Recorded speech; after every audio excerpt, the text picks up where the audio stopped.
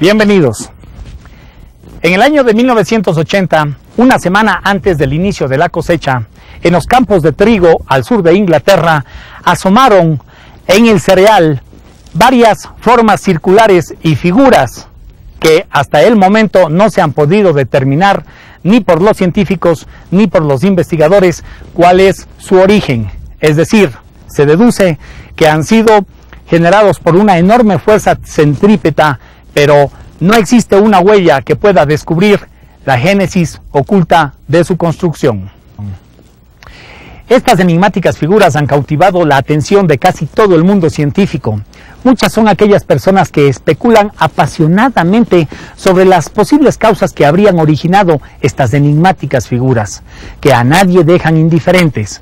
Estas figuras cada vez se están multiplicando en diferentes lugares alrededor de este planeta, y cada vez sus diseños son más complejos y difíciles por ende de interpretarlos. Así han sido considerados como ideogramas. Muchas son las personas que han pretendido ser los autores de estas enigmáticas figuras, pero no lo han podido demostrar. Es por eso que no existe una conclusión definitiva. Ahora les presentamos un resumen de un trabajo de investigación realizado alrededor de estas gigantescas figuras en los campos de trigo, realizado por un científico de una forma muy objetiva, Colin Powell.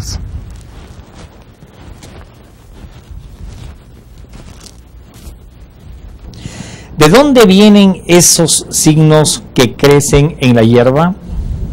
¿Por qué aparecen en ese lugar?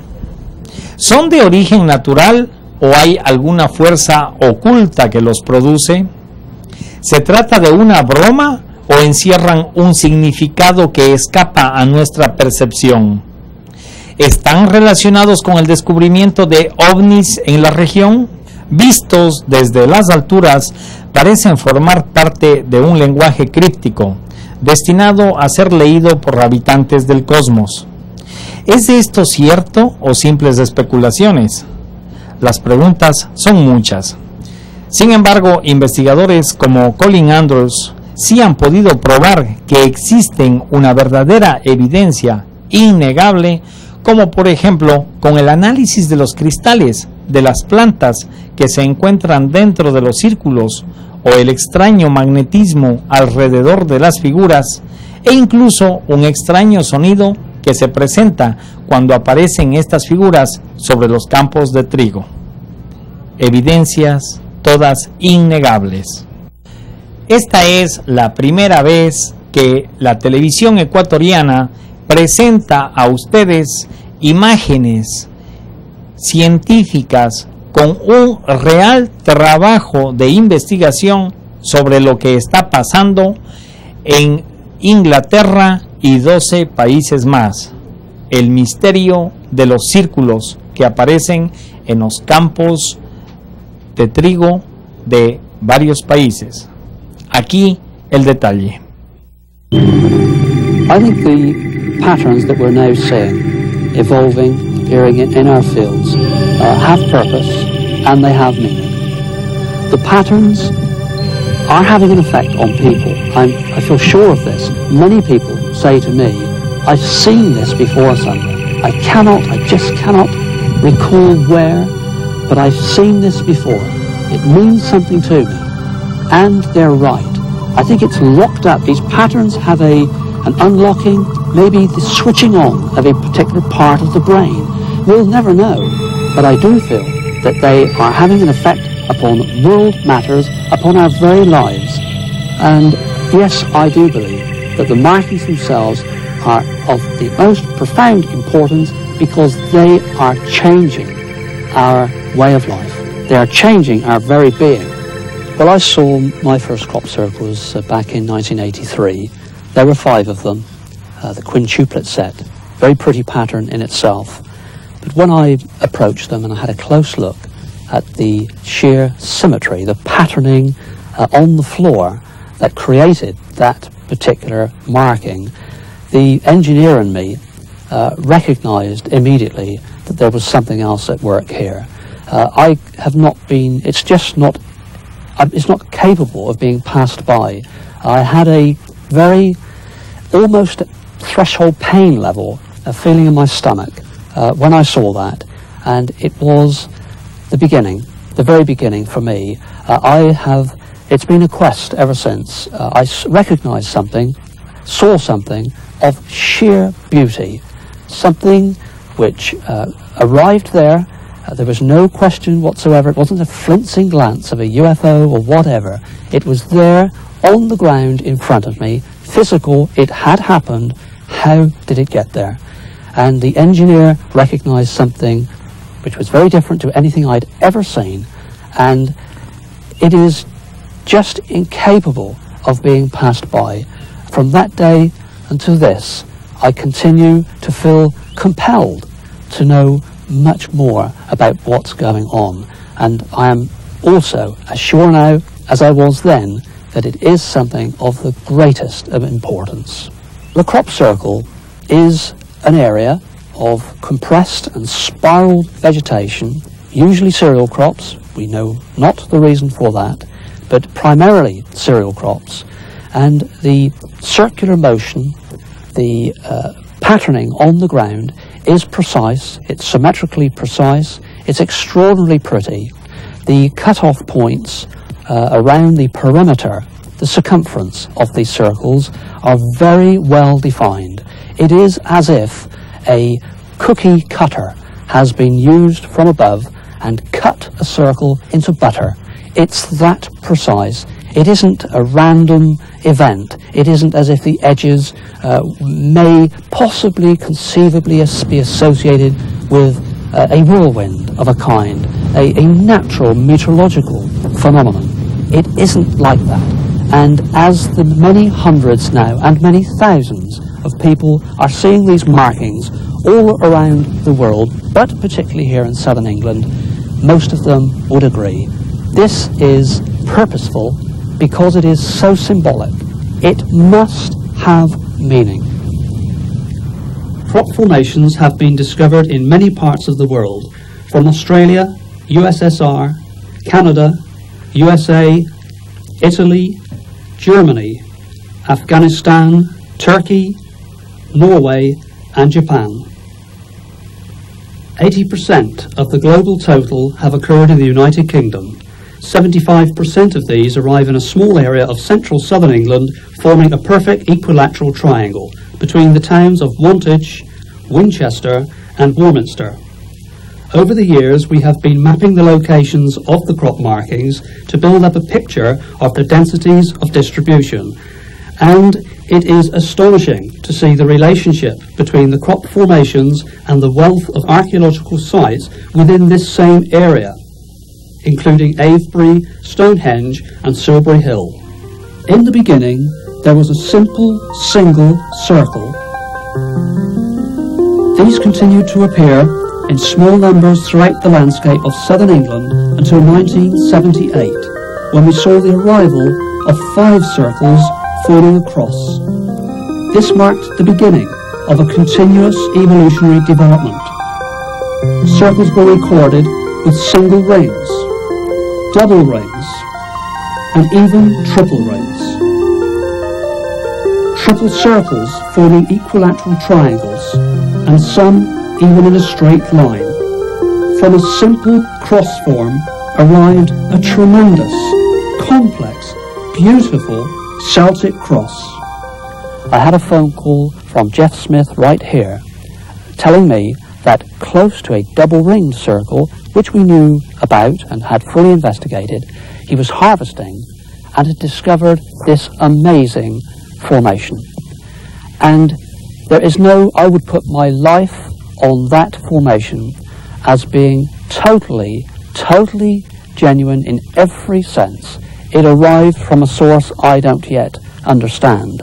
But I had laid in bed the night prior to this and had wished for a marking of this kind to arrive at a location close to my home, which would enable detailed investigation without the travelling across southern England, which we were having to do, but of course, at great cost and a loss of time with the limited resource.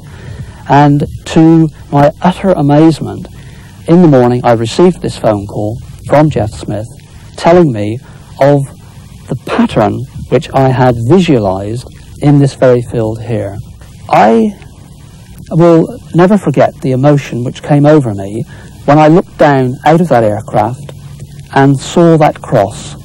I could see the complexity of its construction, and nobody could doubt the authenticity of that arrival.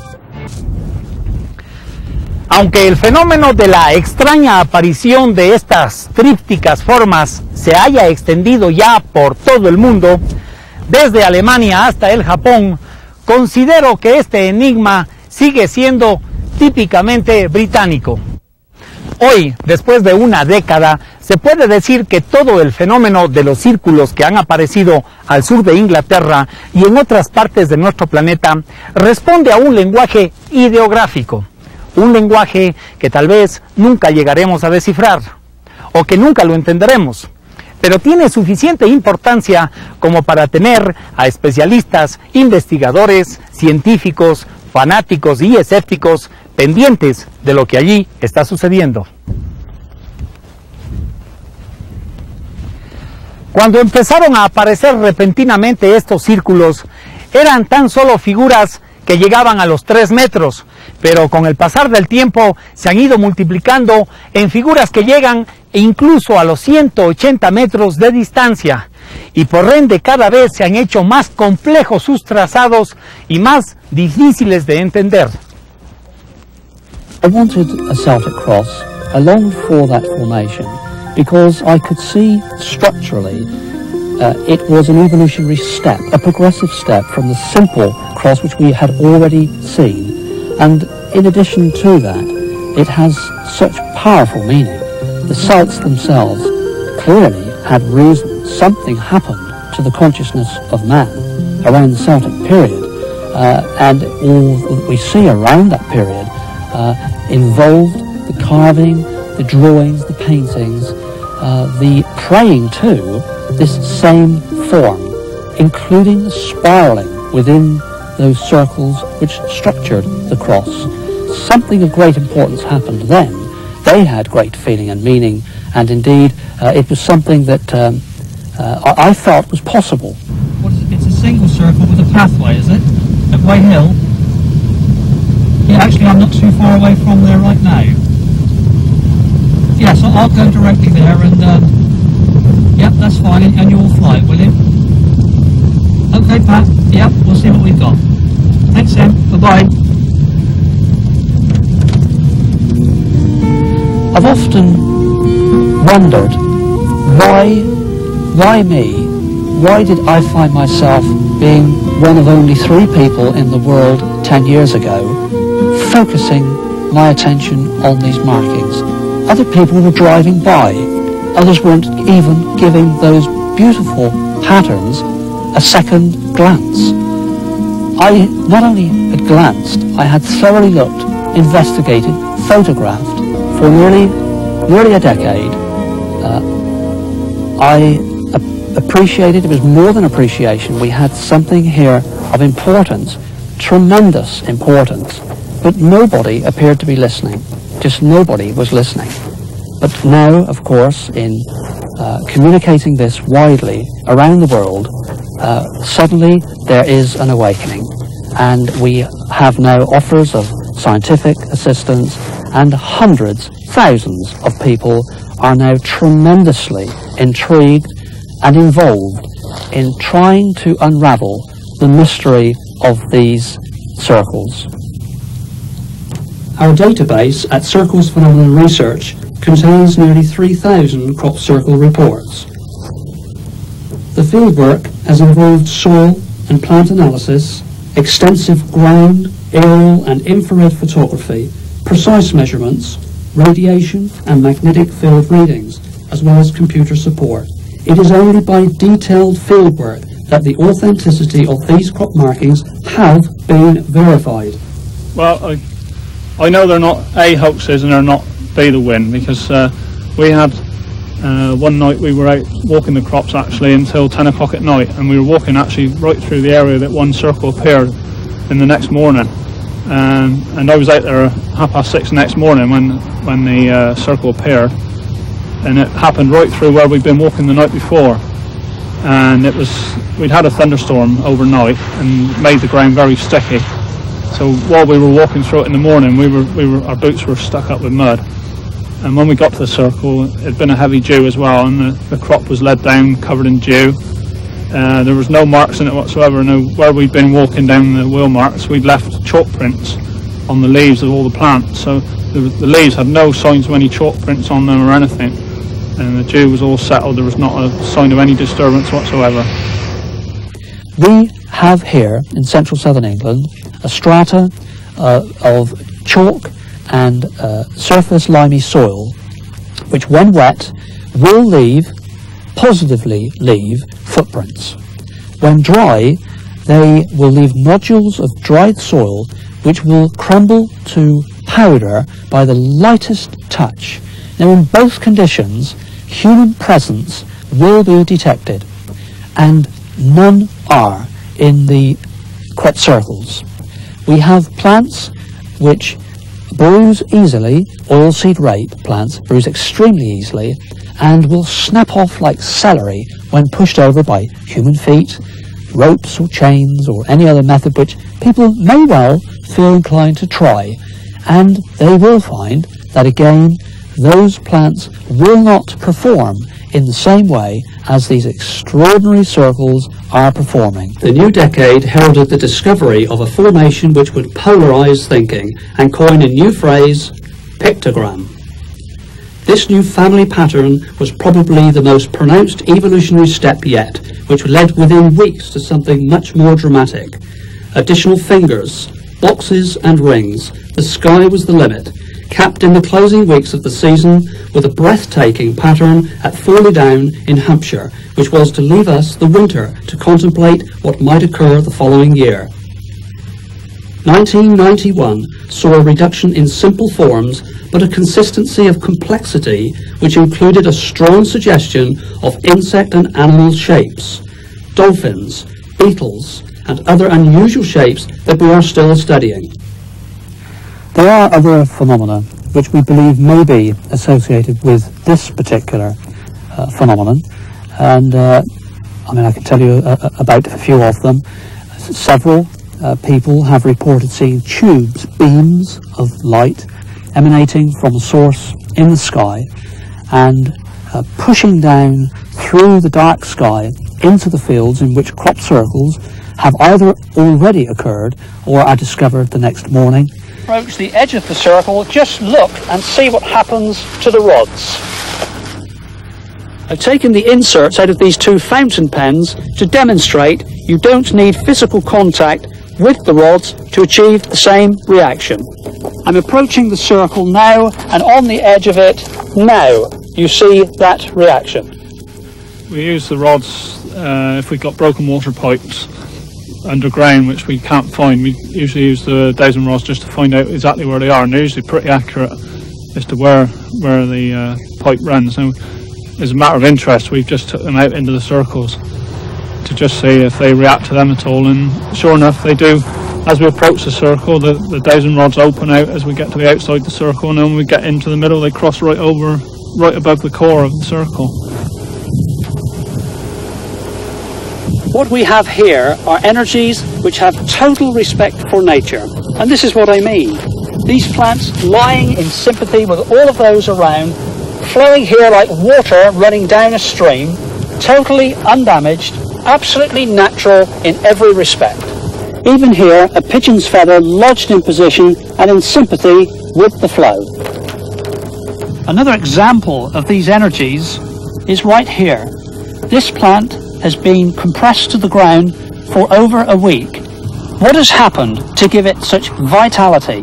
Comparing it with its neighbour nearby, looking sick in every respect.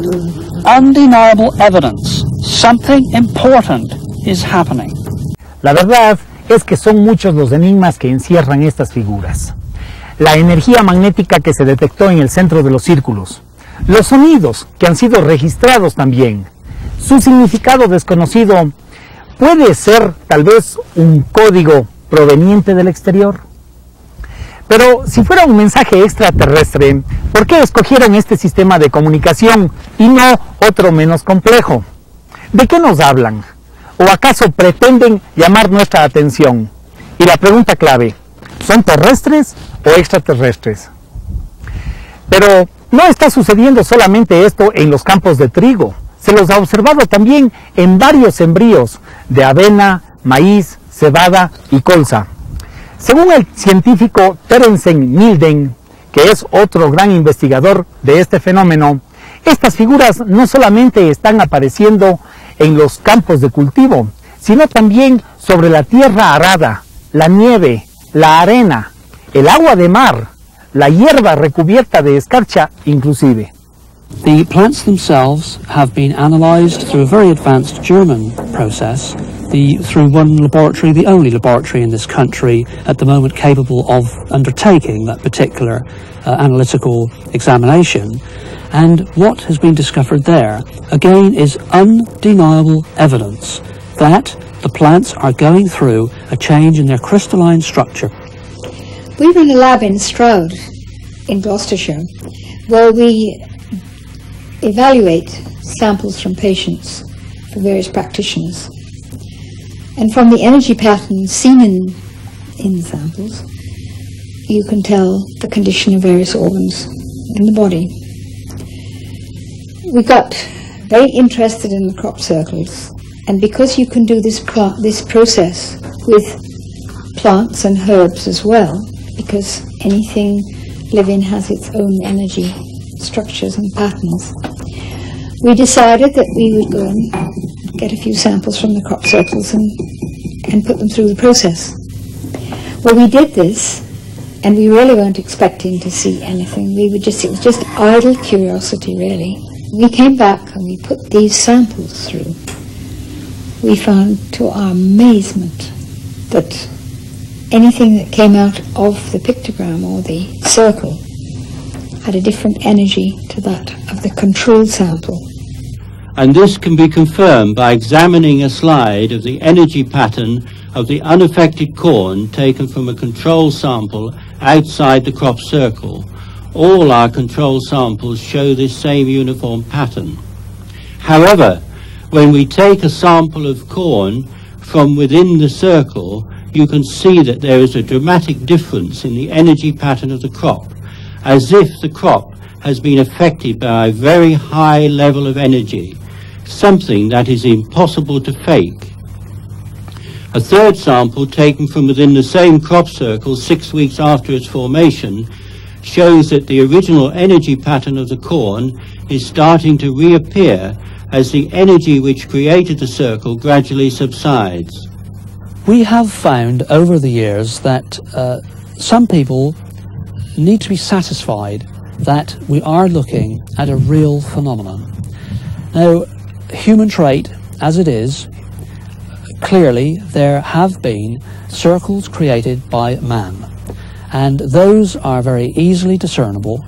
We have a vast network of people now reporting these markings to us, and we follow them up quickly, primarily and initially by aerial surveillance. Hi Steve. Hi Colin. Okay, so we start off Chesford Head, a couple of orbits around there, then we'll head up north, up to Avebury, and then head back down, and you want to maybe have a look at Stonehenge on the way back? Yes, that's possible. Okay. Yeah, we've got a couple nearby, just to the south.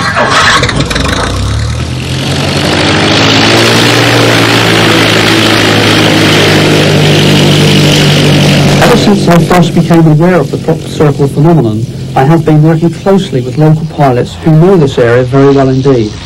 And with their help, I have monitored and recorded the tremendous increase in crop formations from under 30 in 1983, 70 in 1987, reaching a staggering 500 in the summer of 1990. Not only the quantities have increased, the densities have now grown to as many as 30 in 10 acres of field, compared to 5 or so in a square mile just 4 years ago. The dimensions too have increased, ranging from 60 feet diameter circles in the early 80s to formations over 400 feet long in the last 2 years. The patterns from the air are awe-inspiring, tremendous graphic patterns of extreme and yet delicate beauty nestling in the landscape. Many would never have been spotted from the ground. Only in the air can the scale of the phenomenon be appreciated. The aircraft is invaluable for aerial surveillance and photography. Each circle has a fingerprint pattern which is recorded from the sky and entered into computer. We have seen a positive evolutionary period. Nobody now doubts that. Some did, particularly well-known scientists in this country, doubted the fact that we were looking at an evolutionary tendency in the patterning some years ago. That has now proven itself. We are now beyond that. These patterns are evolving at a very rapid rate. They're becoming so complex, so symbolic, so obvious that they cannot any longer be ignored. We don't have to learn whether it's an A, a B, a C or a D, or whether it means black or white. The meaning is automatic. The consciousness of man is being affected directly by the input of the pattern into the mind itself. Appreciation of nature is of paramount importance. Focus the attention of the people on the patterns and where they are occurring. Most important. The patterns themselves have more meaning than we will ever understand and probably will ever know. But whilst we're studying it, whilst the people are looking and thinking and wondering, the effect is underway. People are meeting. They are making friends. They are recognizing their place in nature and the place of the crop circle itself. We had heard of crop circles. A neighbouring farm had had 2 simple circles, but we hadn't had any. We'd maybe read a little bit about them in the papers, but we certainly didn't know very much about them. And on the 12th of July, we were driving to Marlborough quite early in the morning, and we saw it. And stopped the car and went up on the hill, which overlooks it. By which time, of course, other members of the farm staff had seen it as well. And we were excited and didn't know what to do. And I remember that there were people that were investigating these circles. So we came back to the house and then started to try and report this thing. I rang various bodies. I rang the police, the Citizens Advice Bureau, ADAS, which is an agricultural advisory service, and nobody seemed to know what I was supposed to do about this. And then I rang MAF, the Ministry of Agriculture, and as luck would have it, the lady that answered the phone was herself interested in crop circles and knew Colin Andrews' telephone number. She gave it to me. I telephoned him and he came pretty well straight away, actually. He also then gave me other phone numbers and we notified other experts. He came along and was extremely excited. He then told us that, as far as he knew, it was the most complex, sophisticated crop circle ever found in the world.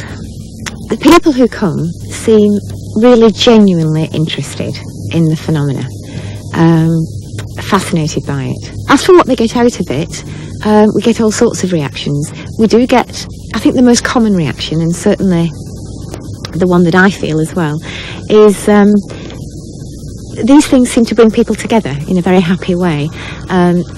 Quite often there are lots of people in these circles, and there are groups of total strangers stood around having the most animated conversations they've never met in their lives.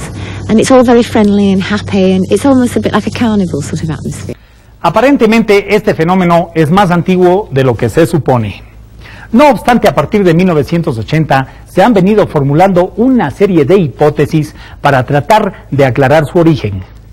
A decir de algunos de los detractores frente a este tema, los crop circles de Inglaterra estarían relacionados tal vez con un problema de origen agrícola, ya que podrían ser provocados por un desorden químico del suelo arcilloso causado por el abuso de fertilizantes, lo que haría crecer los cultivos en un punto más que en otro. Pero esto dejaría sin explicar las perfectas formas geométricas de estas figuras. ¿Se trataría entonces de una simple broma de estudiantes como en alguna ocasión se nos pretendió hacer creer? ¿O estarían relacionadas con alguna forma inteligente, no humana, posiblemente extraterrena? I have been certainly criticized by some of the scientific fraternity and my engineering type colleagues for stating now quite categorically intelligence is involved, because the evidence is there for all of them to see. We were looking at, as we said earlier, some years ago, at simple single circles. We, I believe, are looking at an interface, the very point at which this dimension is affected by another dimension. Yep. That's a terrible noise, just as you stand in the centre. You're getting a noise there, Richard? Very, very bad indeed. Yeah, I can hear it here. I can feel it here. Friend back. This is our old friend back. It is. Yeah. There, that's it. I was coordinating the first and then the largest surveillance operation ever conducted into fringe phenomena of any kind anywhere in the world. It was called Operation White Crow 2 years ago, close to Winchester, looking into that natural amphitheatre called Chesfoot Head, a location where crop circles have appeared certainly for sure almost pretty well every year for 12 years. Having said that, we haven't actually seen one of these this year, although we have now 91 formations in Wiltshire and this county of varying types. The surveillance didn't stop. It was running day and night, 24 hours a day. What happened there was also of great importance. At about 20 past midnight, on the very last night, running into the final hours of Operation White Crow, this very same noise, this buzzing, cricket-like,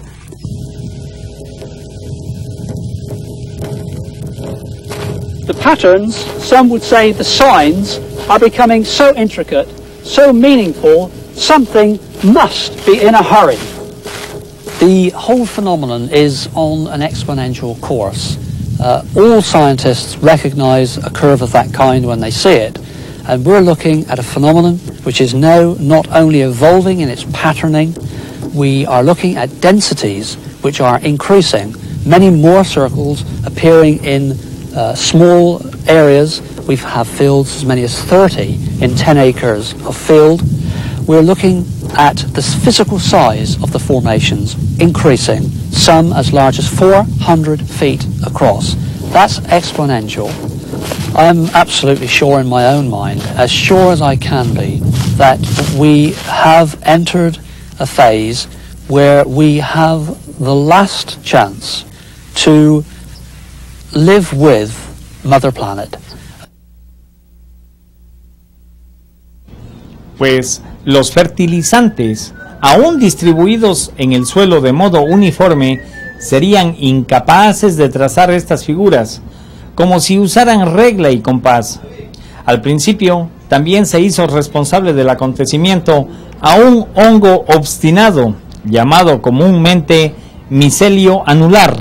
Este hongo, culpable de lo que se denomina anillos de hadas, puede causar la caída de los cereales, haciendo que las espigas tomen a veces formas asombrosas. Su acción se realiza a partir de un punto determinado, reproduciéndose hacia todos los lados, formando un círculo. Pero este nunca es tan definido como los que se observan en Inglaterra y en otros 12 países. La aparición de triplets y quíntuplets terminó con esta hipótesis. Sobre el origen animal, como la zona está poblada por topos y erizos, muchos creyeron ver la acción de estos últimos animalitos en la creación de los círculos.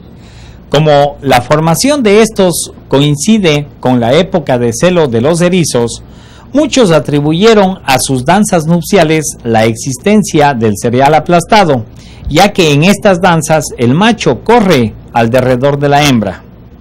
La explicación fue desechada enseguida, pues no hay huellas de que atestiguen la presencia de esos animales. En cuanto a la voz de la arqueología, tenemos que esta región de Inglaterra, al sudoeste de Londres, es rica en ruinas megalíticas. Allí están los antiguos monumentos circulares de Stonehenge y Avebury. Si en el subsuelo hubiese ruinas, eso se reflejaría en la vegetación, haciendo que no fuese del todo uniforme. Los arqueólogos, en efecto, se han guiado muchas veces por las anormalidades que presentaban algunos pastos para cavar y hallar restos de civilizaciones perdidas. Por eso se especuló con la posibilidad de que ciertos yacimientos hubiesen aflorado por algún movimiento tectónico hasta el punto de influir en los cultivos de cereales. Pero la multiplicación de los redondeles descartó rápidamente esta hipótesis temprana. Sobre el factor meteorológico se ha asegurado también que el autor de todo es el viento, que en esta región suele alcanzar magnitudes respetables, aunque, claro, casi nunca en verano. De todas formas, hay quienes certifican que los tornados o vórtices que se forman en las laderas de las suaves colinas puede ser el agente motivador. En esos lugares el aire empieza a girar y desciende con violencia hacia el suelo. De esa forma, el viento empuja a las espigas haciéndoles tomar la forma de espiral. Cuando el tornado pierde fuerza, queda marcado un círculo en el sitio en el cual se manifestó. Esta teoría denominada plasma de los remolinos, no obstante y a pesar de proporcionar una explicación incompleta, pues se trata de la hipótesis con más contenido científico de cuantas se han formulado hasta ahora.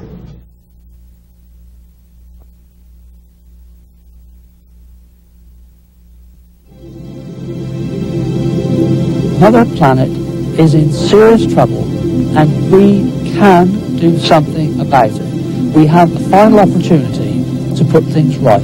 We have got to learn to harmonize. We have to learn our place in nature. That's where I believe this is all going. And that's why it is so important to humanity that we study and participate. We share this tremendous time when the signs have arrived.